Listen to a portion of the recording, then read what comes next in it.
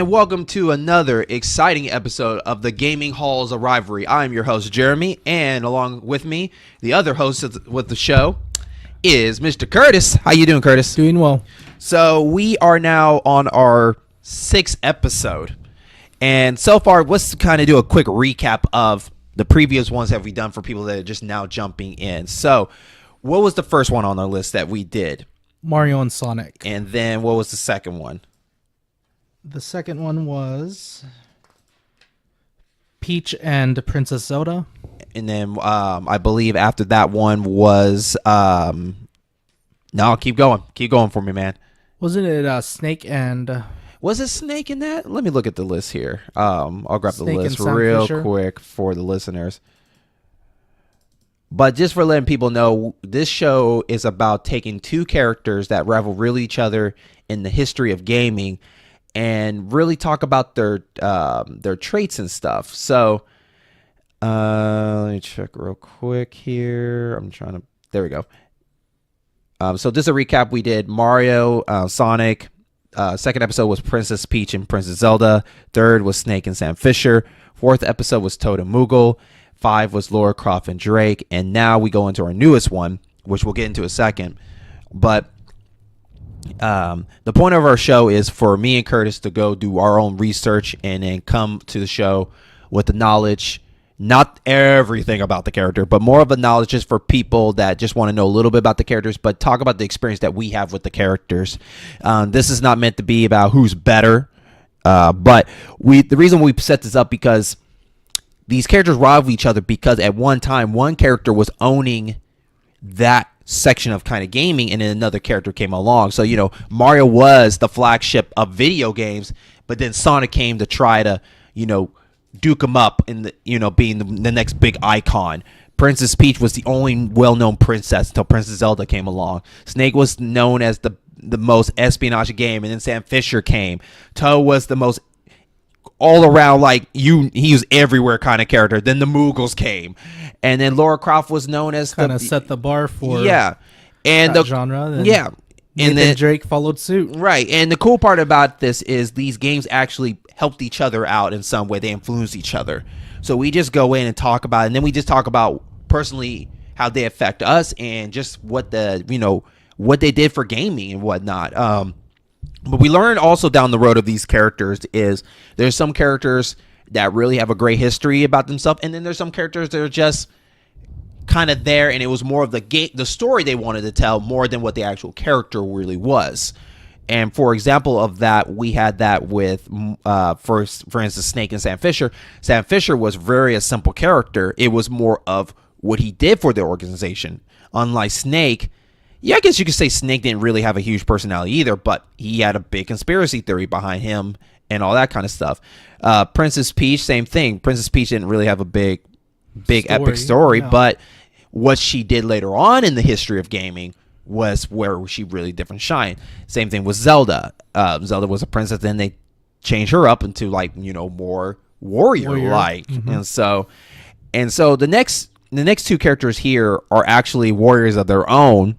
They kind of actually stay behind the scenes. And actually right now and lately in games, they have been literally behind the scenes. So these two games is Ninja Gaiden and Shinobi. Two games that are really rival each other because, Ninja Gaiden. And the funny part is these two, one game is actually a third person owned by a third party. And the other character is actually a first party. And so Ninja Gaiden was from Tecmo. And Shinobi was Sega. So Nintendo never really did a Ninja game. And so but Ninja Gaiden was always known more on the Nintendo platform at the time. So they really rolled that over more of the NES. But Ninja Gaiden did go over to the Sega side too. So Ninja Gaiden really dipped in everything, bringing even to the modern time. And so the thing about Ninja Gaiden is that the people didn't know, but Gaiden means side story, which Ninja Gaiden was never a side story. It was his own thing. And it was actually in America, it changed its name to Shadow Warriors. But then later on, they changed that.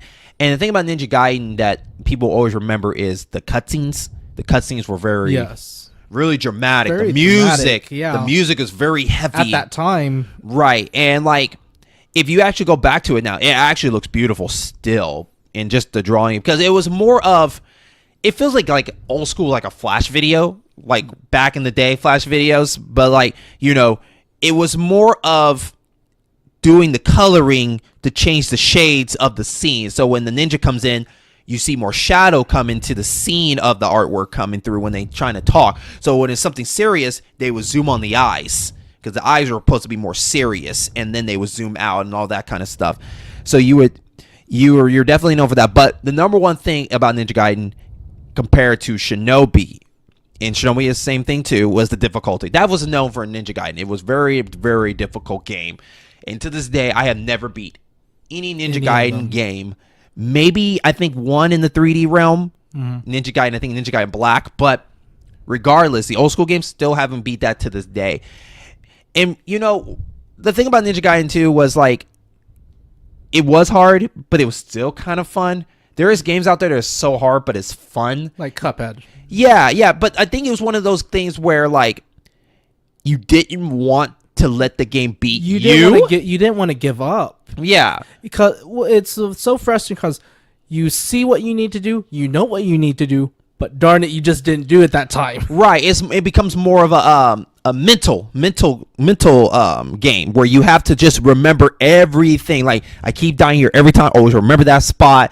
I remember this item is particular right here. I know this ninja is going to come here. Because another thing too about these old school games, and I think Ninja Gaiden is really good at doing this, even though it knows the hell out of me, is when you continue on and you ever go backtrack, these characters regenerate right back where you're at. Even 2 seconds, you can move once that edge to your right moves with you, and that character you can't see anymore, and you killed him, he's right back where you're at. Yeah. And another thing too is, even though you're a ninja, there's people in that game that are ninja too. They'll pop up and just attack you too. And if you get hit and you get hit and you end up moving too much and you go back, he comes right back and hits you again. Wasn't Ninja Gaiden a one-hit kill too? Like, did you not have a life bar? No, in the very first one, I believe it wasn't.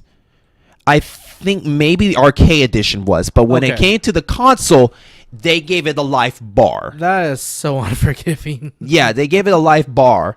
But going further in, the main character, his name is Ryu Haybusha. Yeah, Hayabusa or Hayabushi? Hayabushi, I think. Okay. And he ends up being known in the fighting games too. He was known in the Dead or Alive series, and so a lot of people probably didn't know that going in. But yeah, he goes into that Dead or Alive, but that's it. There's nothing in anything about that. But that was the same engine that helped do the new Ninja Gaiden series. And so what we know about Ninja Gaiden though is really simple. It's always been Ryu against this organization called what are they called? What are they called here? They're called like the Jakuo, I want to say, or Hokuro, I guess. Yeah, it's Horugo, I think it's called, because they're a South American cult, so the J would be silent, it's more of an H. But they're known for like a demon cult. They're the ones that create demons and all this stuff. And you find out playing Ninja Gaiden, it goes straight to like straight normal stuff. Then it starts getting really creepy and really gross, and these monsters become more grotesque and gross and everything like that. And they go into doing a lot of stuff like resurrecting a demon sword. They end up actually going to making a demon warship. They're just a demon cult, and you end up working with the government to help track down these people, even like rescuing CIA agents, all this stuff. And so, and I never get to really get to see that kind of stuff because I never really get past like the third level. And so let's talk about the craziest thing that Ninja Gaiden will throw at you. And the craziest thing they'll throw at you is like when you play your first stage, you're always in a city. And then from there, you end up like on top of a train. You end up out in the mountains. You end up in the creepiest cave. You end up in a factory. You're definitely going on a journey. But on top of that, they try to throw almost any kind of bad guy at you that you can't believe exists in that game. Like, you can get hit by birds. You can hit by soldiers with guns. You can get hit by other ninjas. You can get hit by demons that just run. You get hunted by flying bats. You get from flying eyeballs. They throw everything at you because they want you to really work hard to get past these first stages, and they do not forgive you when you die. You die, you go right back to the very beginning. Hence the first and first and second game. Third game, they really push you all the way back to the very beginning. But the thing I noticed about that game is they improve a lot of your ability with your sword and weapons, and then also too they definitely help you on the items. Now in the game, it does have the Castlevania segment where they have these floating items. You hit them and they have an item, and there's over different ones. You get like a fireball shield, you can throw ninja blades, you can throw fireballs, you can throw blades, you can have you can make clones of yourself that follow you, little shadows. There's so much stuff they can give you. And sometimes it's hard because you want to hit every item and then you end up picking the wrong one. Because you pick it up and you can't forgive. They don't like give you a list of all this stuff you can choose on the fly. But that changes later on in the 3D world, where now you get more of freedom to do more moves and do more cool tricks and stuff. But that doesn't change the fact that they still throw all these enemies at you in one room. But it's cool because in the 3D ones, you feel more like a badass when you do stuff. Heads are cutting off. More of a cool button active cut moves you can do. You get more variety of weapons, sword, arrows, hammers, dual blades, all this stuff going in, and you get more character development with him and other characters with that. But the number one thing you have to remember about Ninja Gaiden is everything is precise. That's what they want you to do. They want to make sure you hit everything precise, because when they throw everything at you, you have to make sure you time everything right, or you're just starting all over again. So, Curtis, what you played some of the Ninja Gaiden games yourself. What was your experience on those? Very difficult, very hard. And I'll go on to the precision that you talked about.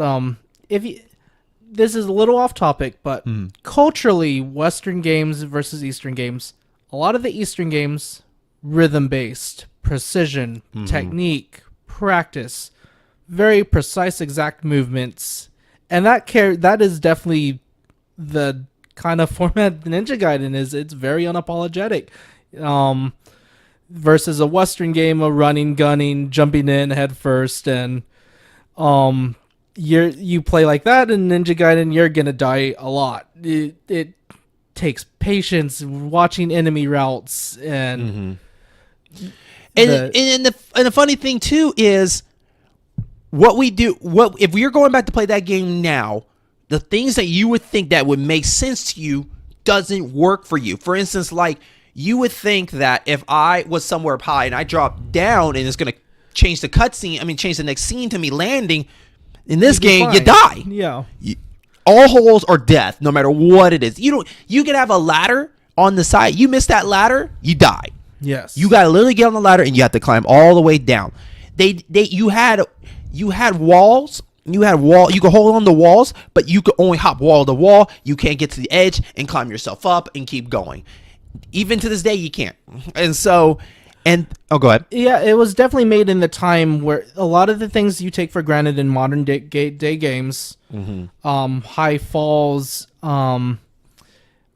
enemies not respawning, they're dead, they're off screen, you don't have to worry about them. No, these enemies they can follow you the whole length of the stage from left to right. The hit detection, if you're facing away from the enemy and they hit you, well, you're still going to go backwards. That's just kind of how games were made back then. Right.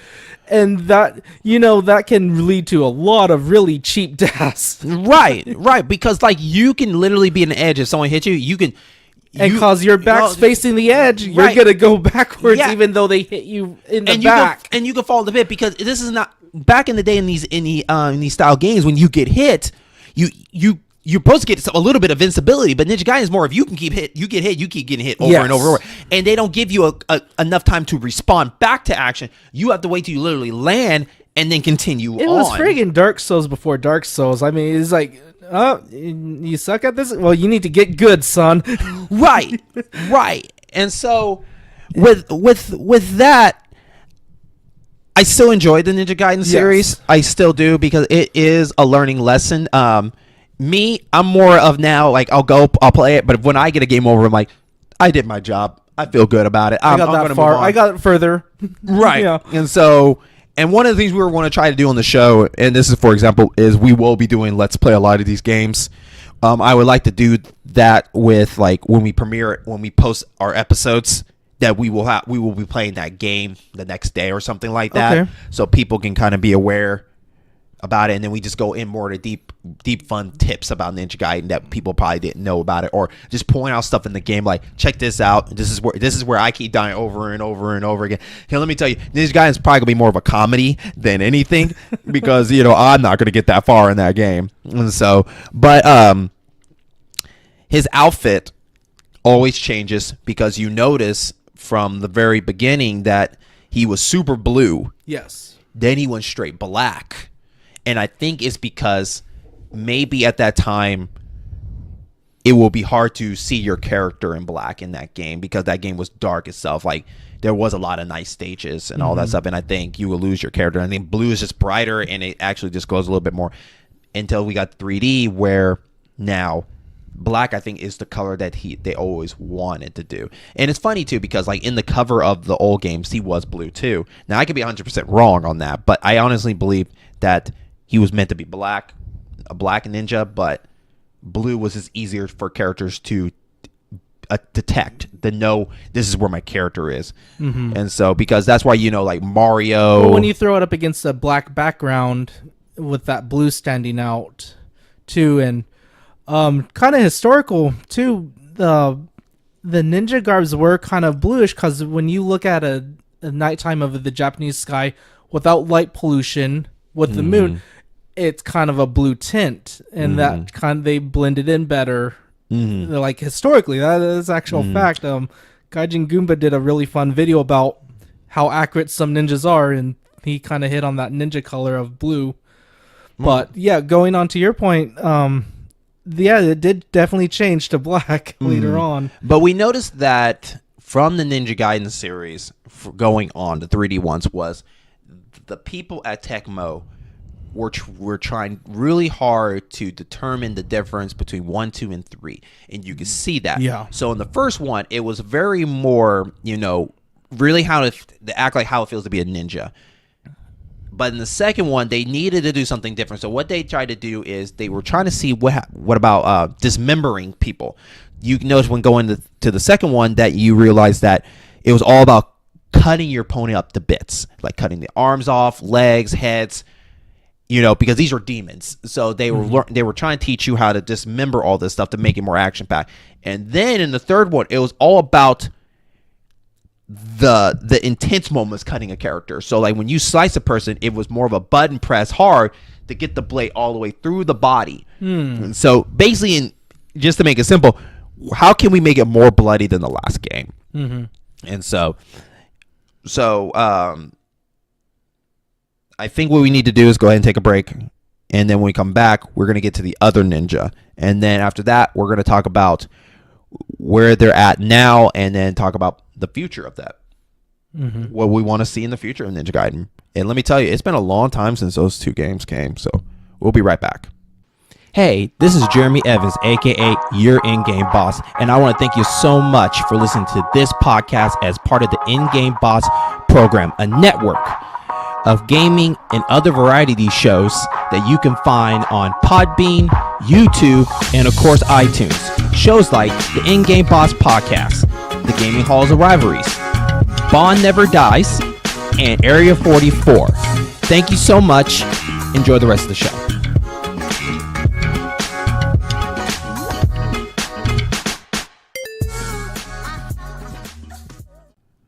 And welcome back to the Gaming Halls of Rivalry. I'm your host, Jeremy Evans, along with Curtis. And we are now going to get into the Sega edition of the Ninja, the mighty series known as Shinobi. So, Curtis, take us away, buddy. Well, Shinobi and Ninja Gaiden definitely popped up in the era of there was a time when martial arts films just was a big boom in Hollywood, in our pop culture. And what's really funny with games is that games kind of emulate what's happening in Hollywood, kind of that buzz. And the kung fu craze in the mid 80s was huge. There is actually, now you mentioned, there has been a lot of martial art games around that time, and not just Ninja Gaiden or Shinobi. We Kung had Fu on the NES. Kung Fu was on there. There was Karate Kid ports of the movie license. Even influenced Street Fighter, I think, was also up in there too. So go on. But the Shinobi first came out in 1987, and it started out as an arcade game, and it follows the story of Joe Musashi.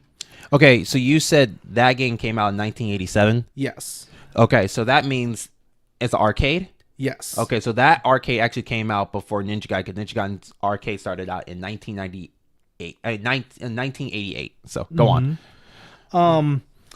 Ninja, what was neat about Shinobi, especially on the arcade, was it introduced not only the foreground, which all games are at, but the background as well. Your character, Joe, could go into the background and fight enemies, jump back over into the foreground. Okay. It was a 2D side-scrolling beat-em-up, almost like every arcade game back then. And it definitely introduced crouching, using the switching up between sword and ninja stars. And after its run in the arcade, it was ported onto the Sega Master System. And it was produced by Tengen onto the Nintendo equivalent. I can't even remember what it was on the NES in Japan. Oh, Super Famicom. So thank you very much. And the main story is he tries to stop this crime syndicate, the Zed Syndicate, from causing a civil war in Tokyo and in the greater Japan area. Shinobi and Ninja Gaiden, especially the first two Shinobi games, go hand in hand with Ninja Gaiden because they are difficult hard. And Shinobi was definitely the first two Shinobi games. There was no life bar. One hit, you're dead. I think that's harder than Ninja Gaiden already. The second game that came out in the franchise, it came out in 1989 called Shadow Dancer. It was also the last time it appeared as a arcade cabinet, and you follow Joe's son, Hayate Musashi.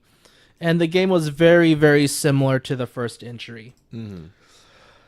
That same exact year, on the Sega Genesis came the actual second game in the story, Revenge of the Shinobi, came out in 1989. Picks up from the first game with Joe Musashi. And the crime organization that you defeated in the first game, Zed, well, they come back as a new crime organization rebranded as Neo Zed. They plot revenge on Joe, they kill his master, and they kidnap his bride. And then there was a 4-year hiatus until 1993 when the third game in the trilogy came out, Shinobi 3 Return of the Ninja Master, for the Sega Genesis. Joe comes back out of retirement to once again and once and for all crush the Neo Zed Syndicate. And this definitely broke from the first two titles. The first two were definitely arcade cabinets, the point of them being hard as hell, eat your quarters, and get good if you want to keep playing. The focus and emphasis of Shinobi 3 changed from that difficulty curve to a more casual, more speed-based combat. It feels like that it was more like, this is actually like meant as a console game, not an arcade-ish game. And Joe, for the first time, was able to run through the stages rather than crawling and walking nice and slow. They also introduced ninjutsu at the time, which became buffs, the equivalent of buffs, or area-wide attacks. And even for exploration, to get to higher spots, he could double jump. With some of those techniques. There are other titles that followed, such as Shadow Dancer, The Secret of Shinobi. I'm gonna kind of just focus on the ones that involve Joe or or a clan's mate.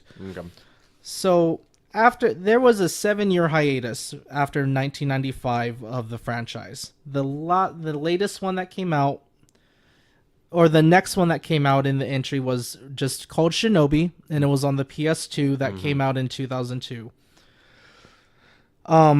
You play as Hatsuma, who's a clan member of Joe's, and it was a complete shift in story, and setting, it took place in Tokyo, and you're defeating a sorcerer named Hiroku to try to end the anarchy in Tokyo. And it definitely changed the concept of 2D action to 3D action adventure. This is practically your modern day, what we call spectacle fighters, or almost like a Devil May Cry title in a sense.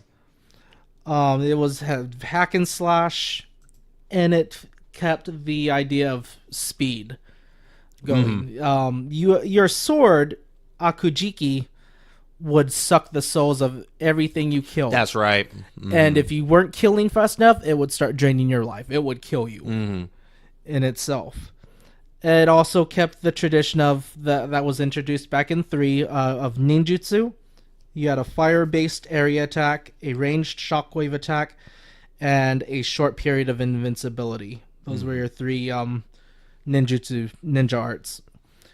In 2003 came a sequel called Nightshade, and it followed a kunoichi, or a female ninja named Hibana, who is also a part of the clan of Joe's clan.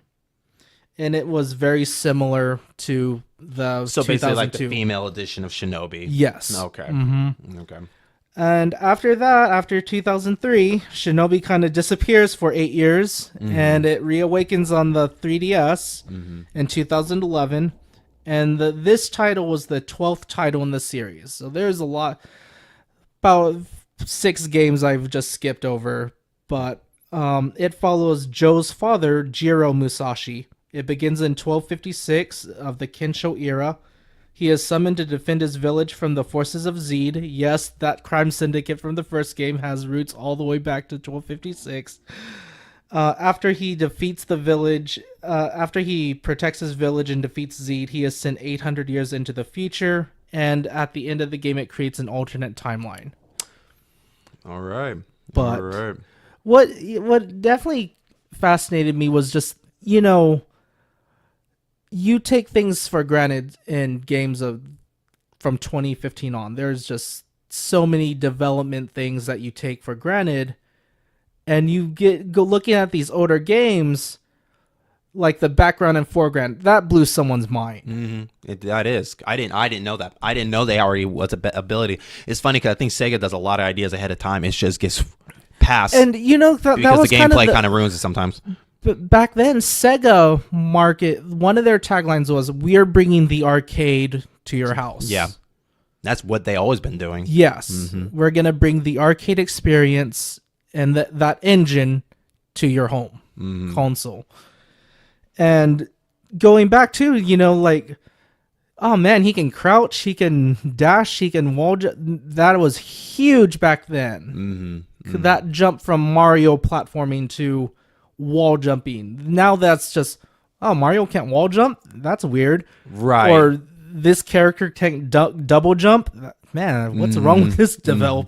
I did notice about Shinobi is that game was more on projectiles more than actual like sword play. Yes. Unlike Ninja Gaiden, it was more of you have to get up close and you have to hit them with some limited projectiles abilities. But Ninja Gaiden, they feed on that. You're supposed to collect blades to throw at your enemies. The only time you cut if someone's coming closer to you didn't hit them. Yeah, the 2002 Shinobi game was just a big changing gameplay from, you were saying ranged ninja stars versus you're getting up close, running through the stage, hacking and slashing. Big divergence from the series. But I think Shinobi does a really good job of really feeling like more of a ninja compared to Ninja Gaiden. I think Ninja Gaiden was more of the stages more than actually being a ninja, because Shinobi, I mean, it felt like that he was doing more ninja work. He can wall climb, but he can wall jump. It was a lot smoother. The more moves you did felt like more of a ninja moves that you do. And then the stages changes. Like in 3, you're on a horseback going through a stage.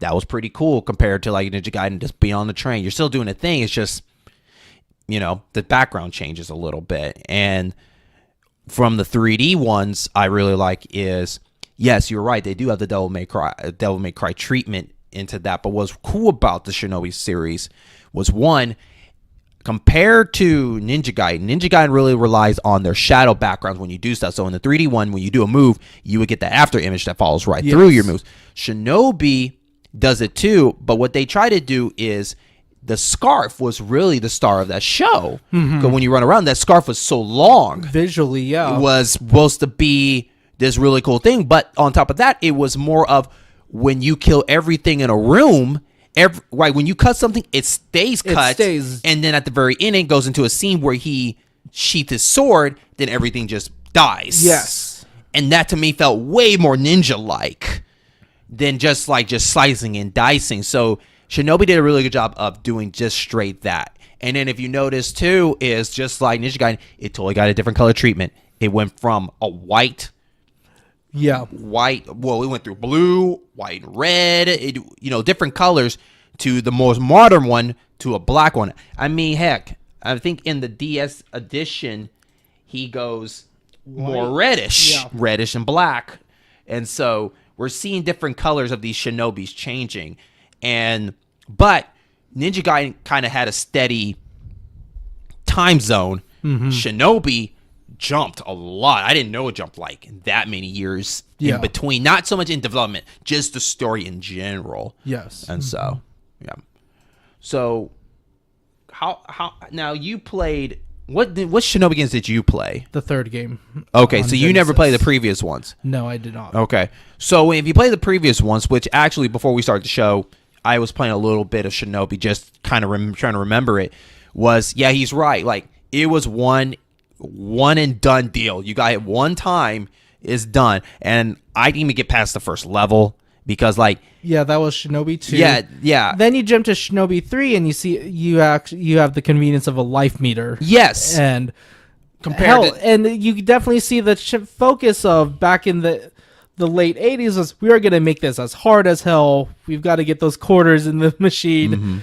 And 93, let's focus more on speed. Let's speed up the gameplay. Let's make it not as hard. But it's funny too, because Shinobi does a good job of their art. Their artwork is way more beautiful than Ninja Gaiden. And Ninja Gaiden's gameplay is a little bit better than Shinobi. Still to this day, I think the gameplay is better, but Shinobi's backgrounds, and I think that's what Sega's really good at making their art. Their art characters, the way they draw their artwork of their characters are so good compared to Ninja Gaiden and Tecmo. And so, and maybe one day those two should just work together on a game. So what about the future of these characters? Like, what do we see in the future of this? Because we know that compared to these two characters, they definitely influence each other pretty well in a way. I think that Shinobi was influenced on Ninja Gaiden on the more action style when we got to the more 3D realm, and I think that Shinobi influenced Ninja Gaiden on more of the projectiles and more of a little bit better level designing. I want to say a little bit more level designing. But what about the future of this? Curtis, you go first. What do you think the future of these two series? Well, there definitely needs to be another title on the console or a handheld for Shinobi. Other than the 2011 game, there was a mobile phone game. But just the setting of a ninja, you could do something like a definitely worthy of a reboot or a reimagining.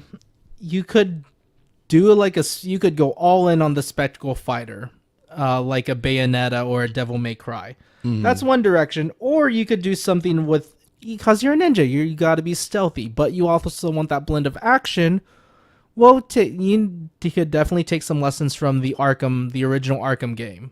Some of those stealth areas where you're hiding from the guys with guns and you're slowly taking them out. Batman's a friggin' ninja. I agree. I think that's what I want. I would like to have him in a playground with the Arkham mechanics, because that makes so much sense. Like, Batman would do a couple moves and he would batarang up and just go back and hiding, and it'd be cool to be a ninja going down, doing a bunch of some guys and then going right back up or something in a cool gameplay. Also, too, Shinobi can do a lot with and if we'll talk about Ninja Gaiden in a second, but Shinobi can do a great job of using the environment to his advantage.